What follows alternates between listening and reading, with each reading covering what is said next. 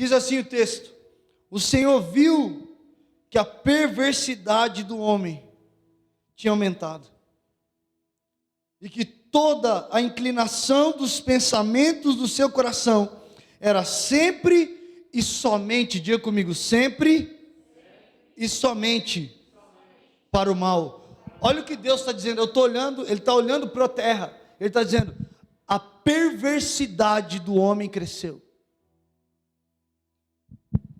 Preste atenção o que Deus está dizendo. Perversidade.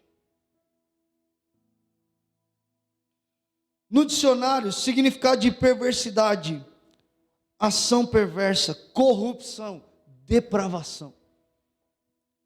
Se corrompeu. Então ele diz: a corrupção do homem começou a crescer, e foi tão grande que Deus olhou e disse: eu me arrependo de ter criado o homem. E aí Deus tem uma ideia. Qual é a ideia de Deus? Continua no texto, versículo 7. Disse o Senhor: farei desaparecer da face da terra o homem que criei, os homens e também os animais, grandes e pequenos, e as aves do céu. Arrependo-me de havê-los feito. Aqui não é qualquer pessoa dizendo, é o próprio Deus. Então ele diz: eu me arrependo. Por quê? Porque eu criei o homem para estar comigo, e eu daria a lição, e eu ensinaria ele a respeito da vida e das coisas. Mas a partir do momento que ele peca, ele começa a se perverter na sua realidade. Agora olha aqui para mim, querido, pensa só, o mundo inteiro em corrupção.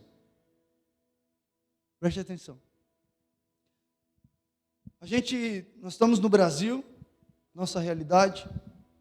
Nós tivemos aqui anos de corrupção, isso é inerrante, todo mundo sabe disso. Só que você imagina uma coisa: aqui no Brasil, por mais que o governo anterior tenha assaltado o nosso país, existem pessoas de bem aqui. Eu não estou falando de governante, estou falando de gente. Você é de bem, não é? Eu acho que sim. Agora você pensa um país inteiro corrompido, desde os governantes até as pessoas, todas as pessoas, mais ninguém.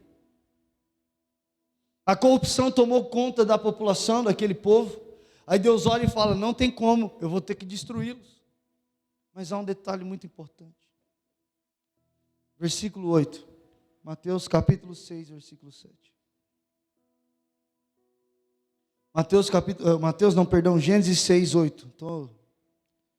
A Noé, porém, o Senhor mostrou benevolência. Aí vamos ler o versículo 9, Gênesis 6, 9, diz assim: esta é a história da família de Noé. Noé era homem justo. Irmão, olha aqui para mim. Você está entendendo o que eu estou falando? Não. O que eu acabei de dizer? Deus olhou para a terra e falou: a terra está em perversidade, corrupta. Aí Deus mesmo diz: essa é a história da família de Noé. Noé era justo. Justo no meio de uma geração perversa. Santo no meio de uma geração pecadora. Olha o que ele diz: íntegro entre o povo da sua época, ele andava com Deus. Agora preste atenção, querido, a cultura dessa realidade a qual nós estamos lendo, era uma cultura corrupta, contra Deus. Eles não queriam mais se relacionar com Deus, eles não queriam mais ter um relacionamento com Deus, e por isso Deus iria destruí-los, porque senão eles iriam destruir aquilo que Deus criou, a terra, porque Deus criou a terra para os homens. Então Deus olha para a terra e diz: eu vou destruir. Mas então ele encontra alguém justo, diante de uma nação e de uma terra pecadora, uma cultura completamente corrupta. Deus olha alguém e diz: esse alguém é justo. Ele olha para Noé e diz: Noé é justo.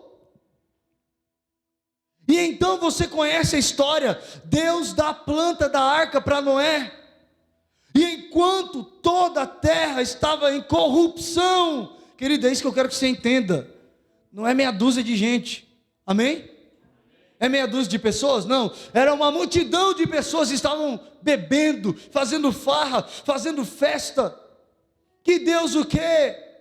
Mas tinha um que andava com Deus, então Deus dá para ele a planta da arca, e no meio de um dilúvio, Deus salva Noé e toda a sua família, porque no meio de uma terra de corrupção, ele manteve a sua justiça. Agora volto para o que Jesus disse, eu não sei o dia e não sei a hora, mas eu sei que vai ser como nos dias de Noé. Preste atenção, querido. Eu não sei o dia, eu não sei a hora, mas eu sei que vai ser como nos dias de Noé. Olha aqui para mim, querido. A cultura pode estar destruída, a cultura pode estar corrompida, o mundo pode estar em corrupção, mas se tiver alguém que é justo, alguém que é íntegro e alguém que anda com Deus, Deus vai salvar a tua família.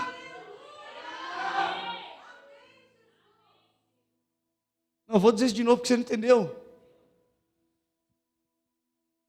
Não importa, querido. E é isso que a gente precisa entender.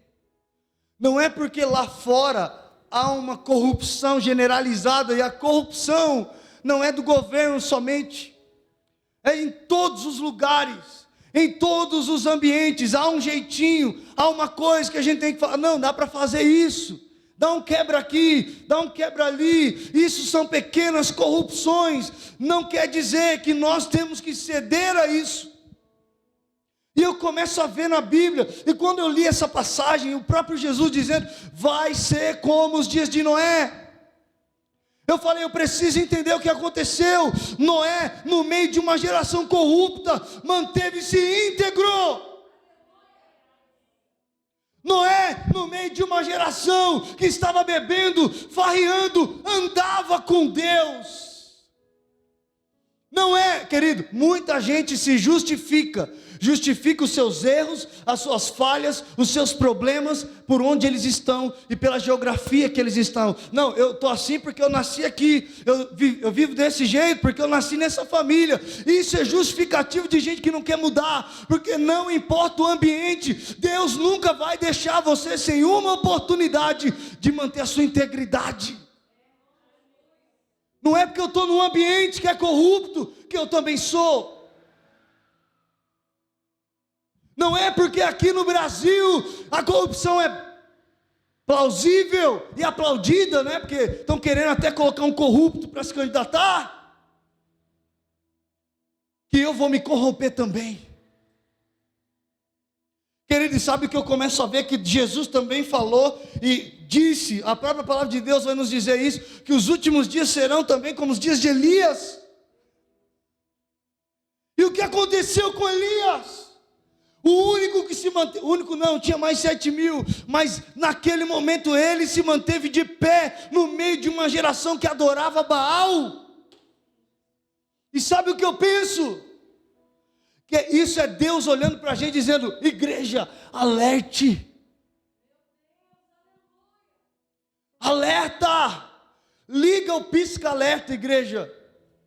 Eu vejo Jesus pela sua palavra dizendo isso para a igreja, liga o pisca-alerta, por quê?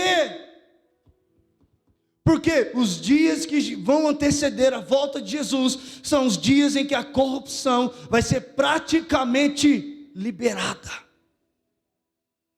Pode fazer.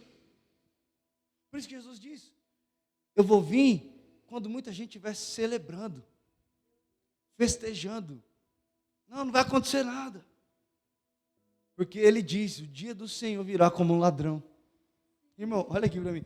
O próprio Jesus dando exemplo da vida dele, da vinda dele, ele diz, eu vou vir como um ladrão. Você está entendendo, irmão? Como que o ladrão vem? Ele diz, de surpresa. Então preste atenção. Eu começo a ver que a preocupação de Jesus com a nossa vida e com aquilo que nós acreditamos é muito mais importante do que a gente imagina. Deus está dizendo, a cultura pode mudar e ela vai mudar. A cultura do mundo vai. Mas a palavra de Deus vai permanecer. Olhe para alguém e diga: a palavra de Deus vai permanecer. Olhe para essa pessoa e diga: permaneça na palavra, não na cultura do mundo.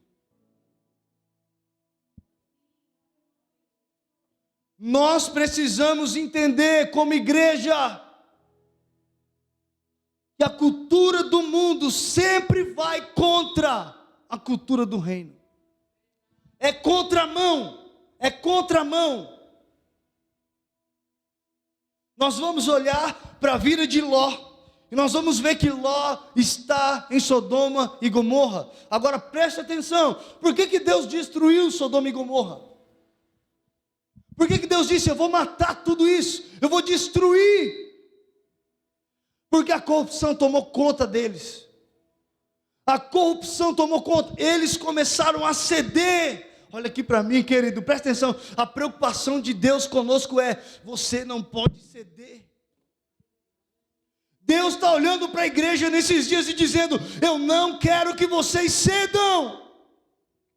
Por isso ele diz: aquele que vencer, darei a coroa da vida. Não é aquele que começou, não é aquele que parou, é aquele que venceu. Quem vence, querido? É quem não cede. É quem não cede para a dor. É quem não cede para as circunstâncias. É quem não cede para os problemas. Eu não vou parar por causa disso. Eu não vou me curvar a isso. Eu não vou me render. Eu começo a ver que os maiores profetas de Deus para a realidade bíblica não cederam.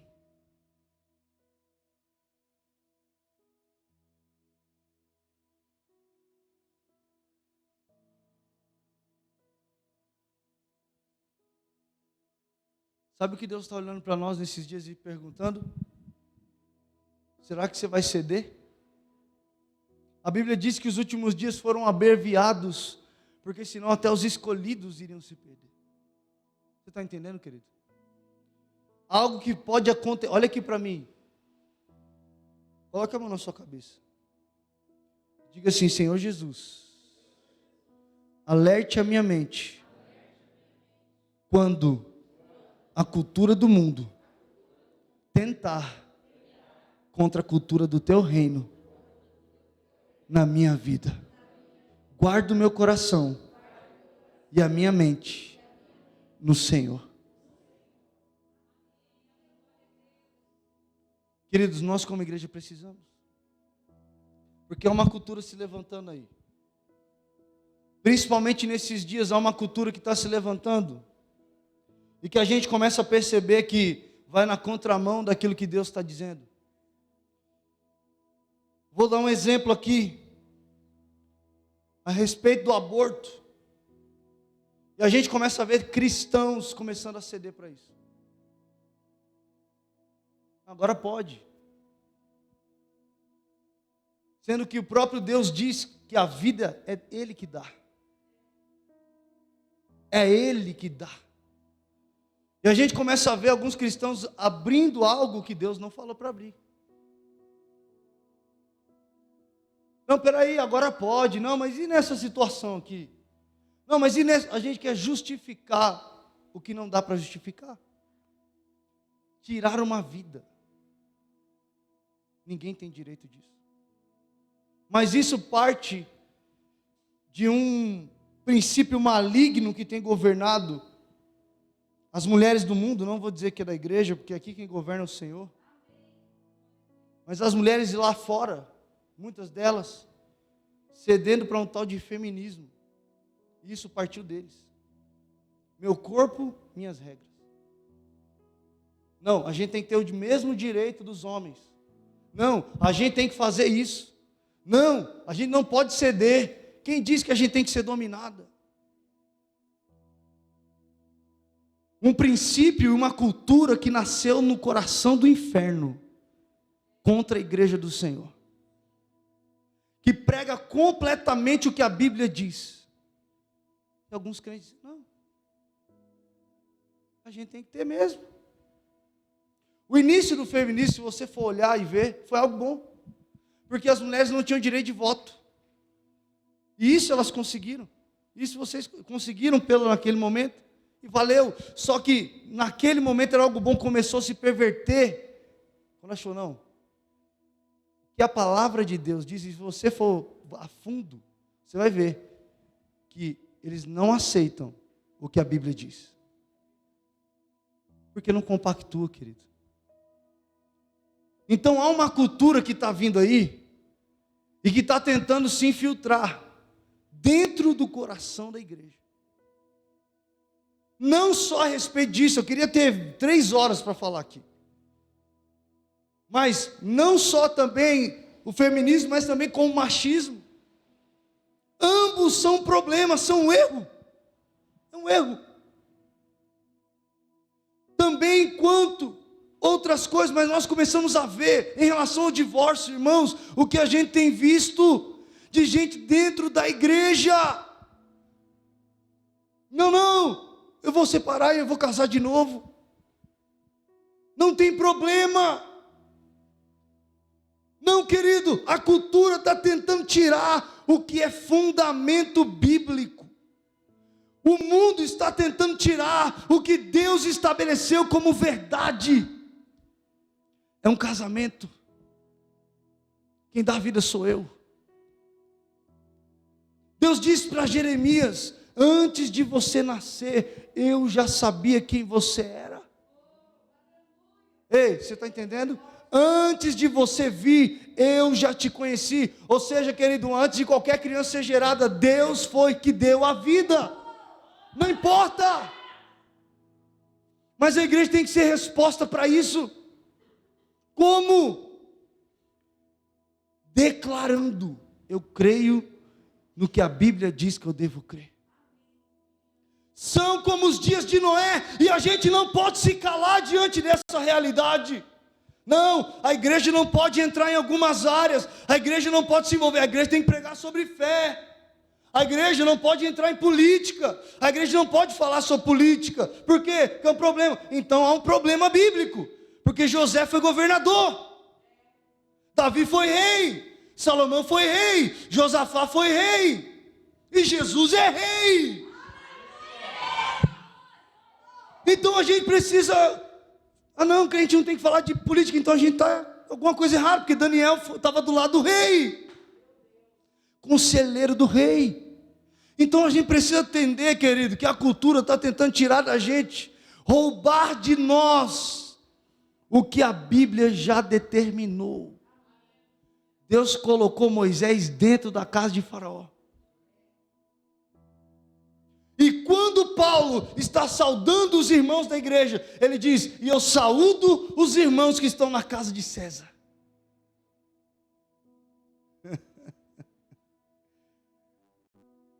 Amém, querido? Ele está dizendo: eu saúdo os irmãos na casa de César. Quem era César, irmão?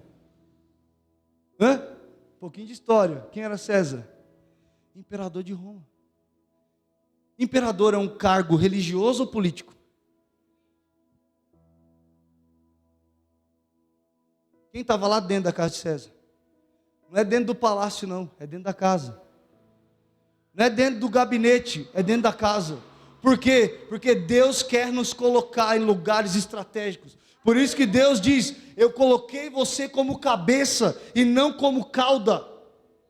Deus colocou uma mulher que veio cativa da terra de Israel dentro da casa de Naamã. Só que a Bíblia dá um detalhe: Naamã era comandante. E comandante é o quê? É um cargo religioso ou político? E ela serviu, olha aqui para mim, ela serviu de uma porta de salvação para dentro da casa de Naamã. Então a cultura está tentando roubar da gente. Não, a gente não pode falar sobre isso. Não, a gente não pode. Martin Luther King, lá nos Estados Unidos, é estudado até hoje na escola. Por quê? Pastor Batista, da Igreja Batista dos Estados Unidos, foi um dos maiores percussores contra o racismo dentro dos Estados Unidos. Foi um dos que lutou contra o racismo e era pastor batista. Foi um dos que conseguiu aliviar, porque a gente sabe como que é a realidade de lá, mas foi que lutou, levou 1 milhão de pessoas para a rua. Ele, pastor.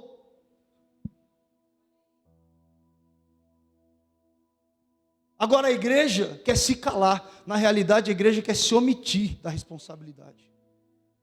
Não vamos falar sobre isso não. A gente tem que falar sobre fé, sobre Espírito Santo. E vai lá e vota na pessoa errada. Vai lá e apoia o que Deus não quer que apoie. Vai fluir no Espírito. Eu não sei que Espírito, né, irmão? A gente precisa entender que Deus nos levantou para sermos luz do mundo. E olhe para alguém e diga: você é luz. Não, diga mais alto para ele: você é luz e sal da terra. Agora nós somos a luz desse mundo e sal da terra, então a gente não pode ceder para a cultura. Por quê? Porque os dias de Jesus chegar está vindo. Olhe para alguém e diga: não sei se você sabe. Não, diga mais alto: não sei se você sabe, mas Jesus está voltando.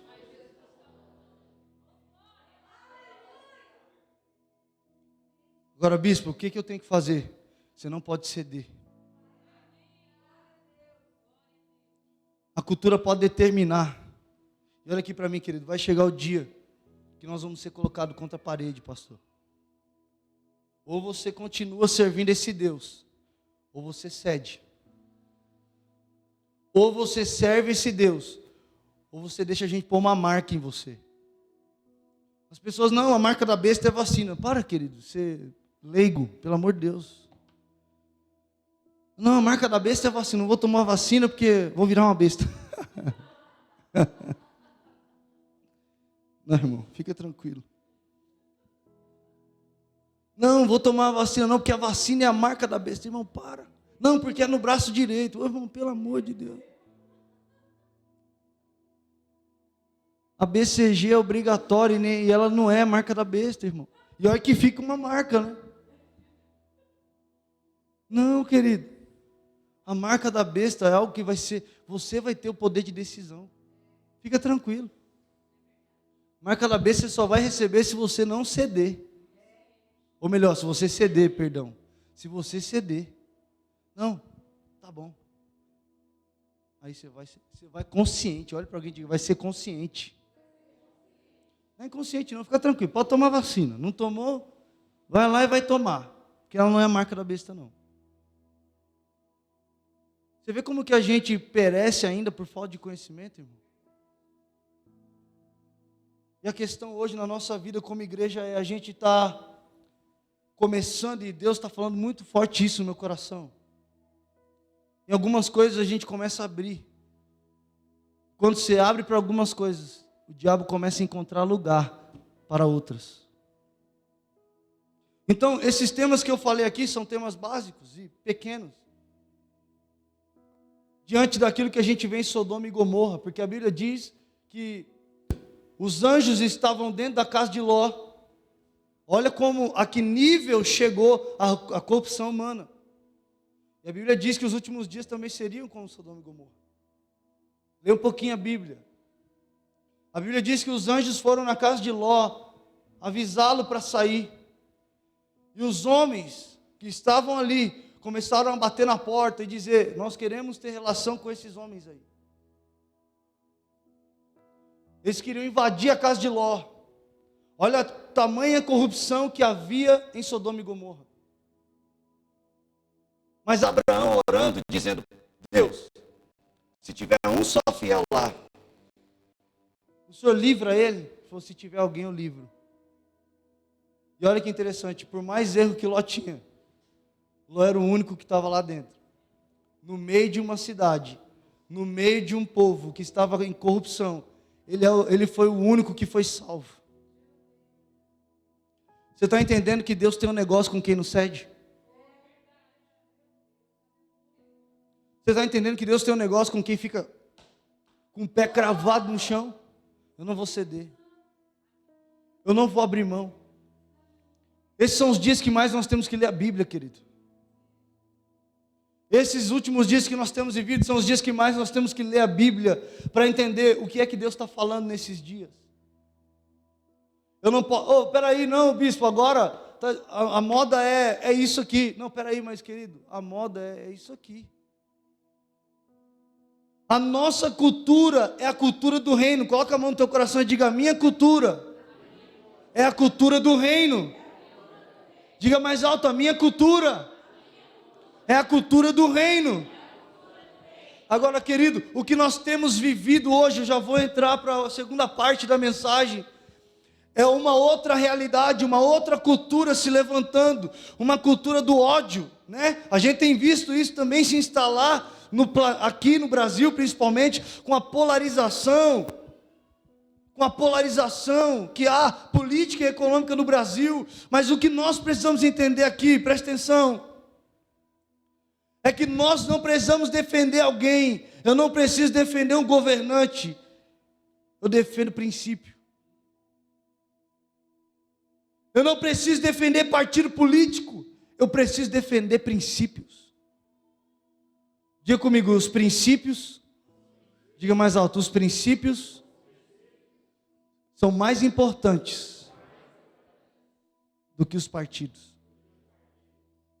Entenda que isso não tem nada a ver, entre o Bolsonaro ou o Lula, não é isso.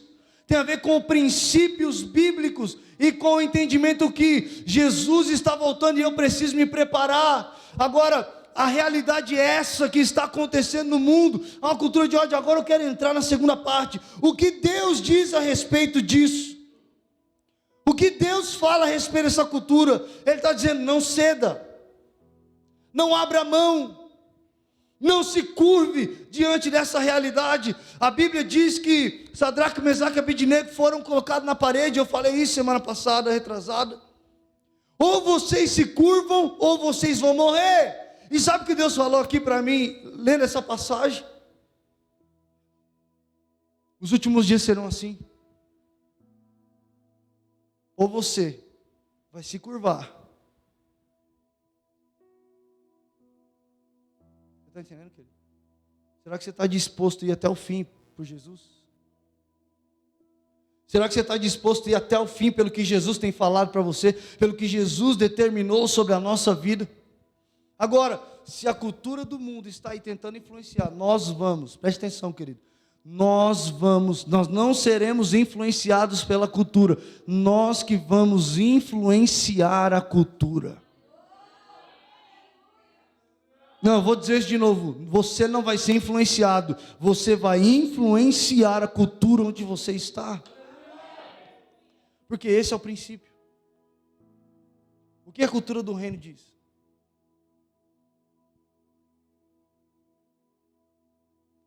Diga comigo: amor. Um dos pilares do reino de Deus é: ame ao próximo como a ti mesmo. Dentro do reino de Deus, todo mundo tem que se amar.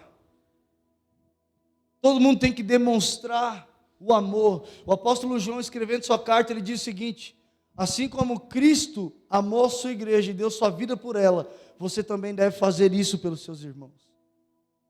E o que ele diz não é só o irmão da igreja, porque alguns crentes, eles fazem até o bem, só que faz só para o irmão da igreja, né? Não, porque ele é meu irmão. Não, querido, nós somos chamados para fazer aqueles que não podem nos dar algo em troca. Eu não posso amar só quem me ama. O apóstolo Paulo já falou sobre isso, já nos alertou. Agora, ele fala o seguinte: nós não podemos abrir mão da cultura, mas nós precisamos influenciar. Olha o que diz em Romanos capítulo 12: mudança de mente, transformem-se pela mudança de mente. Como assim, bispo? Se lá no meu trabalho, lá onde eu estou, ninguém faz nada por ninguém, eu vou começar a fazer. Querido, sabe por quê? Porque se o nosso evangelho, talvez vai ser pesado o que eu vou falar com você agora, mas se o evangelho que você diz seguir, só está na sua boca, mas não no teu coração, ele não é válido.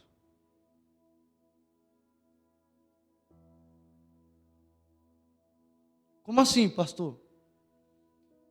Se ele está só no que você fala, mas não está nas suas práticas, ele é inválido. O apóstolo Tiago diz: a fé sem obras é? A fé sem obras é o quê? Morta. Ela é meio morta? Não. Ele diz: a fé sem obras é morta. Ou seja, não vale. Morto fala, morto vê, morto anda, morto sente. Então ele diz: a fé sem obras é morta. Ou seja, olha aqui para mim, querido, não adianta nada você só vir aqui à igreja, receber uma presença de Deus, sendo que lá fora você não faz absolutamente nada por ninguém. Na minha vida, eu não preciso fazer nada, abraçar ninguém, eu não preciso ser um canal de bênção para a vida de ninguém. E isso é inválido, porque o evangelho não tem que estar na boca, tem que estar no coração. Porque do coração procede, do coração que sai. Então, o que Deus está querendo de nós nesses dias, queridos? Que nós venhamos estabelecer, e o resumo de toda essa série é: estabeleça, é Deus falando assim, ó, estabeleça o meu reino onde você está. Não se renda para a cultura, não se renda diante daquilo que o mundo está colocando. Não se renda diante daquilo que Satanás tem colocado na sua direção. Não, faça isso, faça aquilo, porque é mais fácil. Não, querido, Deus está dizendo: continue de pé, diante do desafio do inimigo na sua vida. Queridos, eu vejo que Deus está nos preparando. Sabe o que eu sinto? Que Deus está preparando a gente. Eu não sei, querido. Eu não posso chutar aqui. Eu posso até chutar, mas eu não sei. Eu acho que Deus está nos preparando para algo que está vindo aí. E é algo que vai contra aquilo que nós queremos.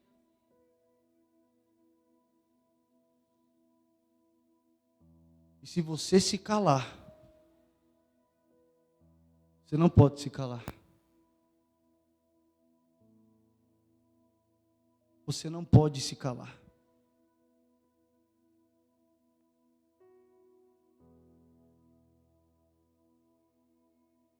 E está começando, irmão.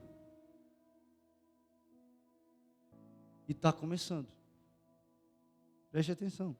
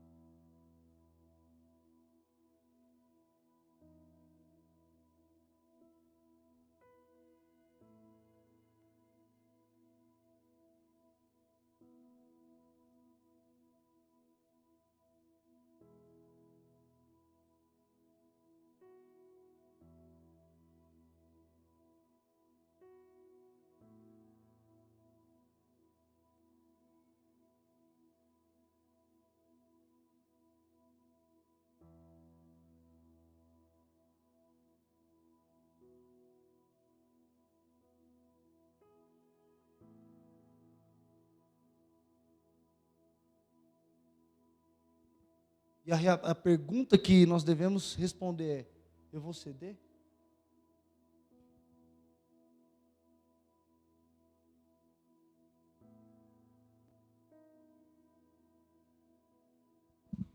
Mas são princípios. Amém, querido? Será que você vai se calar diante do que vai acontecer agora? Não, bispo, essa briga não é minha, é sua sim. A responsabilidade é sua sim. O apóstolo Paulo escrevendo, inspirado pelo Espírito Santo, e a gente vê isso também acontecendo em Isaías, Deus dizendo: a quem enviarei? Isaías, perdão. E quem há de ir por nós? Isaías diz: eis-me aqui, Senhor, envia-me a mim. Os maiores milagres que Deus fez foi diante dos maiores desafios que o povo estava enfrentando. ofereceram para Moisés o seguinte, eu já vou terminar aqui. Olha, preste bastante atenção. O povo estava querendo ser livre, e Deus mandou Moisés falar para Faraó: Faraó, deixa o meu povo ir ao deserto e fazer uma festa para mim. O Faraó diz: não precisa ir lá não, faz aqui. Faz por aqui, por perto. Ou levem só os homens. Moisés disse: não, Deus quer que todo o povo vá. E não foi só uma proposta que Faraó fez para Moisés. Olha aqui para mim, foram várias. E sabe o que eu vejo? É Satanás tentando fazer isso com a gente. Faz assim, deixa só esse princípio aqui, cumpra esses. Não, Deus não mandou eu cumprir pela metade, Deus me mandou cumprir por inteiro. Então, querido, o que Deus está querendo de nós nesses dias não faça nada além do que eu já disse. Deus está falando com a igreja dele nesses dias: não faça nada além do que eu já determinei. Nós precisamos guardar nosso coração, sim, mas também nós precisamos nos posicionar. Olhe para alguém e diga: você precisa se posicionar. Amém, querido? Sabe por quê? O seu posicionamento vai influenciar o reino espiritual, e o mundo espiritual vai começar a se mover a seu favor. Porque toda vez que um homem ou uma mulher se posicionou diante de Deus e diante do que estava acontecendo, um portal foi aberto, uma conquista nova foi aberta, um novo território foi apossado, foi dominado. Então nós precisamos entender isso. Não vamos ceder, não vamos abrir mão daquilo que está aí fora, aquilo que Deus colocou aqui, na nossa vida, na nossa mão, que é a sua palavra. Eu quero dizer, você vai viver dias incríveis. Por quê? Porque você vai guardar a palavra no seu coração. Davi diz: guardei a tua palavra no meu coração. Para quê? Para não pecar contra ti. Amém, queridos? Qual foi o propósito que Davi guardou a palavra no coração? Não pecar. Olhe para alguém e diga: você guarda a palavra só por um propósito. Diga para ele: para não pecar. Amém, queridos? Sabe por que eu acredito que essa palavra precisava vir agora? E essa série precisava acontecer? Para que a gente estivesse no chão. Para que as nossas estacas estivessem no chão. E algo novo de Deus comece na nossa vida. Porque nós não podemos nos desviar daquilo que Deus já estabeleceu. Você pode ficar de pé no seu lugar? Eu quero orar com você.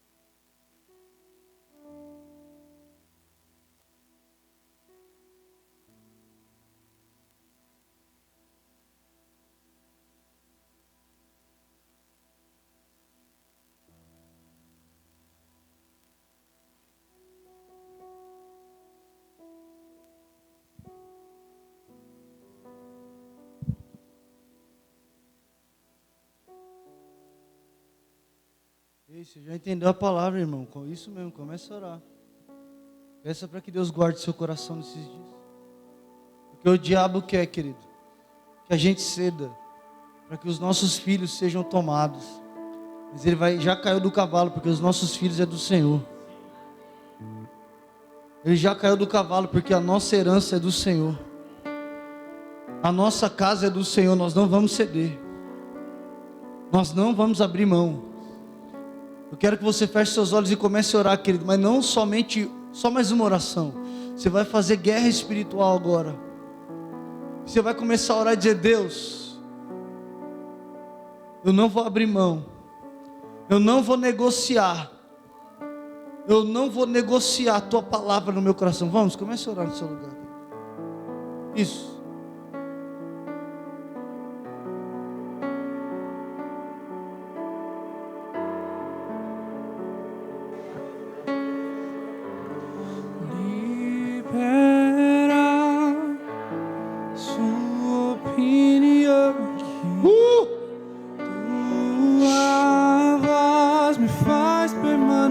Nós não vamos ceder. Show, cataraba cheio. Nós não vamos abrir mão. Como fogo líquido queimando até você voltar. Oh meu Deus, comece a orar, querido. Não se apague que esse fogo somente que esse fogo não se apague, que esse fogo somente. Seus filhos são uma herança do Senhor. A tua geração é uma herança do Senhor. Mas preste atenção. Eles dependem de você. Eles dependem de você. Eles dependem daquilo que sai da tua boca. A tua geração depende daquilo que sai da tua boca. Então, se você não ceder, eles estarão de pé diante do altar do Senhor. Que esse fogo não se apague, que esse fogo Vamos! que esse fogo não se apague, que esse fogo somente que esse fogo não se apague, que esse fogo somente que esse fogo não se apague, que esse fogo somente esse fogo não se apague, que esse fogo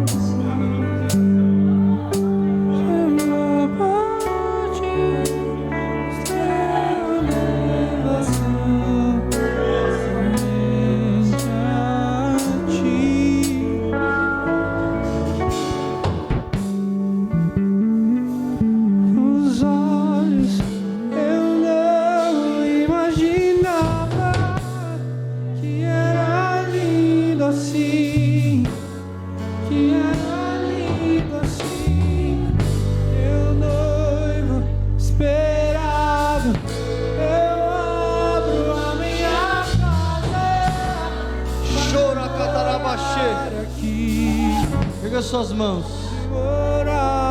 Pega suas mãos, querido. Deus guardou Noé e toda a sua família. Deus guardou Noé e toda a sua casa, porque Ele guardou o seu coração diante da corrupção. Noé guardou a sua integridade, a sua fé diante de um mundo que estava em caos. Diante do mundo que estava em caos, Noé guardou o coração. Pega as suas mãos, fecha os teus olhos e comece a dizer para Deus: Deus, eu vou guardar o meu coração. Eu vou guardar o meu coração diante do mundo que está em corrupção. Eu vou guardar o meu coração diante de um mundo que está em corrupção. Enquanto você diz isso para Deus, Deus vai guardar a tua casa e toda a sua família. Show, catarabaxere. Abra sua boca, querido, comece a orar aí.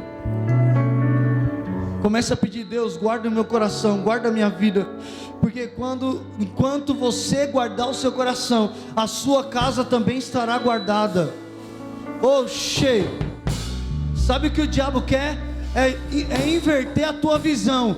Porque se ele inverter a tua visão, ele inverte a visão da tua casa, da tua esposa, dos teus filhos.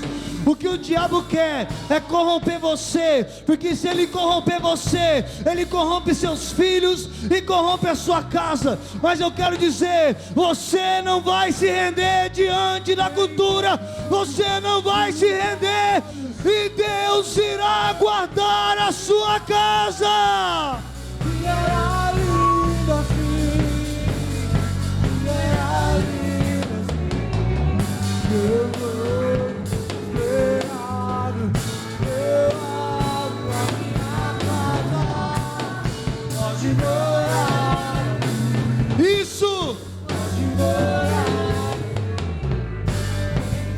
Chora catarabaxê, ora catarabaxô, ora bababababababá, chora catarabaxê, catarabás, ora catarabaxê, chora bababababás, ele que ame que assui, choca tarabás, ora babababás.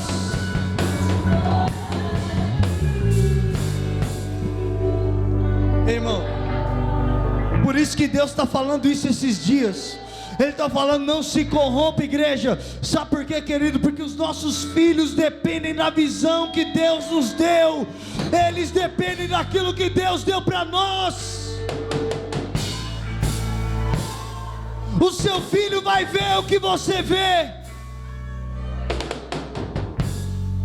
Seus filhos verão o que você vê.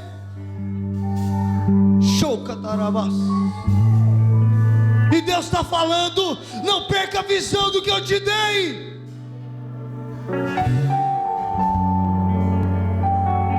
O diabo está querendo roubar a tua visão, mas não é só para tirar você, ele quer tirar teus filhos.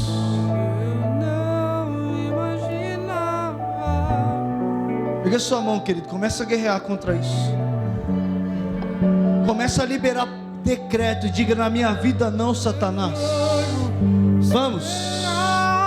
O diabo estava planejando tirar a tua visão. Show, catarabaxê. Sai da mente dela agora. Sai da mente dele agora, em nome de Jesus. O diabo estava querendo roubar a tua visão, porque aí a tua geração estaria condenada. Mas o Senhor está dizendo: eu tenho uma promessa para sua geração. Eu tenho uma promessa para a tua geração. Ei, não perca a visão. Não perca a visão. Não se renda para a cultura. Não se renda para o que o mundo está dizendo. Por quê? Porque Deus tem um negócio com os teus filhos. Deus tem... Oh meu Deus! Tem fogo nos olhos, eu não imaginava. E era lindo assim, e era lindo assim. Eu abro a minha casa, pode morar aqui. Diga: tem fogo nos olhos, eu não imaginava. E era lindo assim,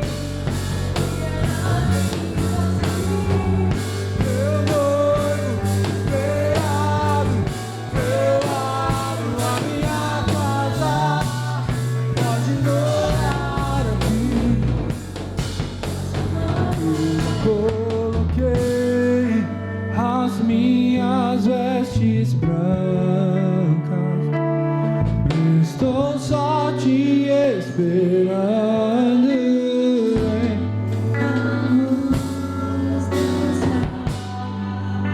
Não. Marada, Irmão, presta atenção nisso aqui, pelo amor de Deus. Presta atenção no que eu vou dizer aqui. Olha aqui. Números capítulo 27. Fala sobre a história das filhas de Zelofeade. Preste atenção. A Bíblia diz que eles se apossaram da terra prometida. E cada família tinha um pedaço de terra. Só que Zelofeade morreu. Mas olha que interessante, versículo 1. Diz assim: aproximaram-se as filhas de Zelofeade, filho de Éfer, neto de Gileade, bisneto de Maqui, presta atenção, trineto de Manassés, está falando da linhagem, pertencia aos clãs de Manassés, filho de José, presta atenção. Os nomes das suas filhas eram Malá, Noa, Ogla, Milca e Tisa. Olha que a Bíblia diz: elas se prostraram na entrada da tenda do encontro, diante do sacerdote Eleazar, dos líderes de toda a comunidade, e disseram: nosso pai morreu no deserto. Ele não estava, olha aqui para mim, ele não estava entre os seguidores de Corá. Você lembra quem era Corá? Você lembra quem é Corá? Se revoltou contra Moisés, dividiu. Deus fez o que com ele? Matou, abriu a terra e eles foram engolidos. Você lembra disso? Mas olha o que as filhas dele, de Zelofeade, estão dizendo: meu pai não estava entre eles.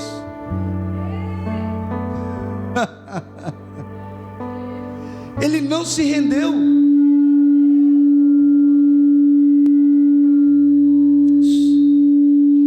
Desliga aqui.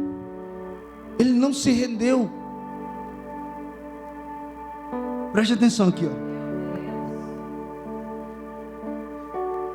Aí ela diz: por que meu pai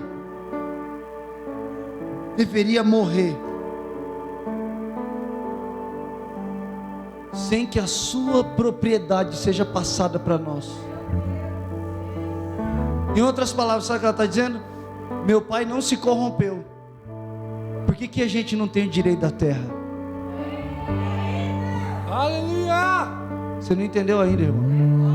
Meu pai não se corrompeu. Por que a terra não é nossa? Olha aqui, versículo 5. Irmão, você está preparado para receber isso, pelo amor de Deus?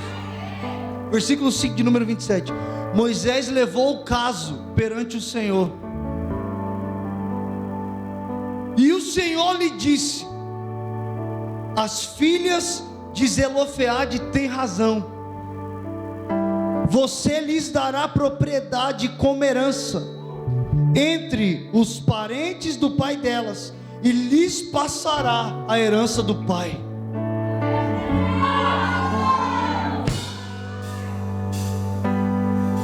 Você não entendeu? Eu vou resumir para você. Ela chegou diante de Moisés e disse: meu pai não se corrompeu, junto com Corá. Dá a herança dele para a gente. A gente tem direito. Olha aqui para mim. Mas tem um detalhe. Abaixa um pouquinho. Tem um detalhe. Qual detalhe, bispo? Que mulher não podia tomar posse de herança. Só homem.